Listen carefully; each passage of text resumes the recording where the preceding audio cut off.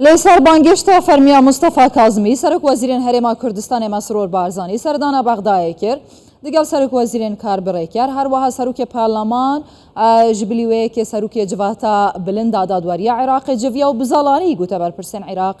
که هرما کردستان دوسیان افتیرا دستی بغدای ناکتن دست برداری مافین خوین دستوری نابن نه از کل جهه مبیتن دست برداری مافین دستوری خلک کردستان نابیتن ورن همو کشان لسر بنامای دستوری چاره سر بکن حتی چرا دی در فتحیه ریحیه حکومت کار بریکر وان درگهین گرتی و کشان هلاویستی دنابره حولی رو بغدای چاره سر بکتن جه هجای خالد احمد چافدر سیاسی دپرسم هجای احمد قالك بخيرات يا كردستان 24 برسا دست بيكوا اريفي حكومه دست حالات هيا شيان هنا وان كشين هني چاره سر بكات يان هر چه نبي چاره سر نكتن مازنتر لي نكت دیتنا من هرما کردستان او قناق درباز کرد کولجیر فشارت امنی و سیاسی و آبوری و حتی جواکیجی کو ملکت و خوا تسلیمی اراده هندک هزولان سیاسی العراق بکتن حکومت هرما کردستان کابینه نه او برنامه و ریکارن گرتین بر شیا وان هولو پیکولو اجندای تنه همیا شکستن ببینیتن و افریقا هرما کردستان هر وقت که دیتر بشید خو اداره خو بکت شروع آبوری و همی هولت امناهی بود تقدان وضع نفخوی هرما کردستان ها نتیجه کندن تمام دم دا افریقا عراق وکو او روشا سیاسی آلوزا تعداد جیتن گرینگ بتویا بغداجی پیوی چنده هبیتن کو رکفتن اک سیاسی و او کشن هلاویستی لگل هرما کردستان چاره سر بکتن تایبتی پشتی او فشارت هرمی بردوام تین اثر عراق بشوکی گشتی و شوان هرما کردستان اجدا بر پرسارتی هاو بش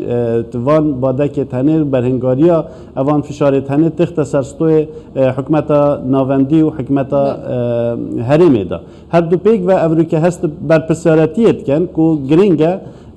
بر سوا وان دا یعنی هنیت کودوین روشا نافخوی عراق تیک بدن و بردام بخنه جیر فشارت جدا جدا دا و که ما بری چند روزه کال سیرانگاه پرخ دیتی که چه شیوه هولاتین سویلت عراق بینه آرمانج به هر اجندایی که و هر جدره که بیتن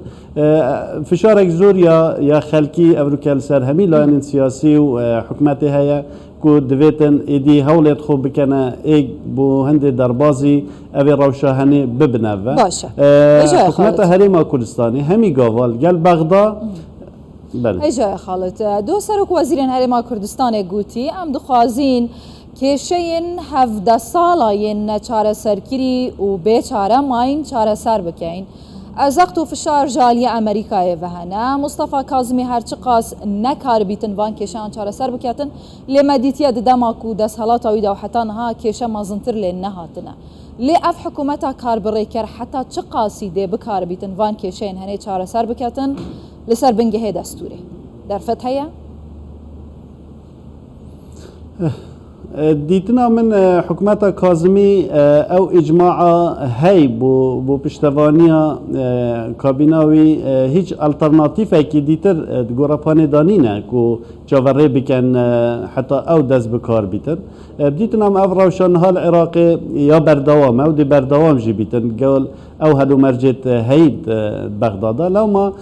بر پسارتی افریقا کفت استوی حکومت کاظمی که برانبر وان بادکت هنه خدان در کویتن هرما کردستان هیچ کشکل گل بغدا نینه اگر چارچوبه دستوری دا سردلیل گل هرمه بتکرن هرما کردستان همی گاوا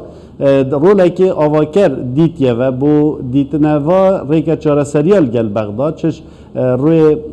آبوری بیتن کارگیری بیتن امناهی بیتن لی مخابن هندک اجندای سیاسی بغداد ویا هرم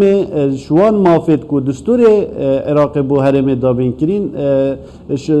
ناوروکا خو والا بکن و ابتنه هرم واکو ناوک بهلن و بیکو هیچ دا صلاتا کل سر دورا خو هبیتن و بشیتن خدمت هولاتی خو بکتن و او پیش کفتنا هرم هی بردوام بیتن اف کسین بر به پکینان حکومت او ناوین کو درباز دبن جبو سرک وزیرین دهاتین عراقی ئەرێ ئەو کەسن و مافێن دەستوریên هەرێما کوردستانê زیدەتر زاوت بکەن ئەو مافێن هەیژی ژێبستینن دیارە کە حکوومەتە هەرێما کوردستانê پێنگاوان بەر بە سەربەخویە ئابووری هەروەها بڕیارên سەربەخویên سیاسی دەدا ئەرێ ئەف حکوومەتە ku biryara bihêta damezrandin bi serokatiya wan kesên ku diyarin li meydanê dê çi bikin yanî ji bo herêma Kurdistanê dê baştir yan jî xirabtir hûn siba rojê û pêşhatan çawa dibînin دیتنا من سردانا سروک حکومت هرما کردستان وی هلو مرجی دا یک و دورت دا درباز بیت و جهان دا درباز بیتن و او پیگه و گرنگی استراتیجی و باره و زیده عراق های در فتک زیرینه بو همی آلیه کی کو پیگ و برف قناغا دهاتی و بچن عراق شیتن قازانجا کا باش وی هلو مرجهنه ببینیتن امزانین هرم والسر آست نیف دولتی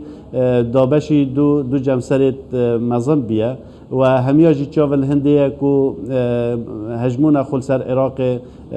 پیش دا ببن او در فتکا باشه کو عراق مفایش به چند دهنه ببینیتن و بشیتن مفایش به در فتا وزی ببینیتن کو ایکش باده که زور هستیار افریکل سر آست جهانی و کی مدیت الجده لودکا جده چند گرینگی وی بابتی هات دانان و جهان افریکت قیران که مزنا وزی دایه عراق هرما کردستان و تشین فاکتره که زور کاریگر و آواکر بن پشتوانیا بازار وزی دال جهانت قناغا دهاتی دا ایدی هیچ بیانو اکنینه خلق عراق هرما کردستان و مجیلی وان کشین سیاسی چیکری کو هیچ رنگی که خدمت خلق عراق گشتی ناکتن بلکه برو واجی پتر هندک اجندای هرمی و نیف دولتی نیت کو عراقت کنه سوتمانی و خلق عراق و سامان عراقت کنه سوتمانی بو جبهه کردن هندک اجندای سیاسی کو خلق عراق مخابنی سررای شیانت مزن هند باردا خلق کل آستکی گله که داکتی جیار خو جان درباست کرد. اول من جگوتنین هوا فهم کری وزیا انرژیا دکاریتن ببیتا خالا رزگار کرا کردستانی لسر آسته جیهانه هر وزاجی لسر آسته نافخوی عراقی کو دستو پین هرما کردستانی گرد داتن. اجا خالد احمد شافدری سیاسی جدهو که تو هر هبی گلک سپاس.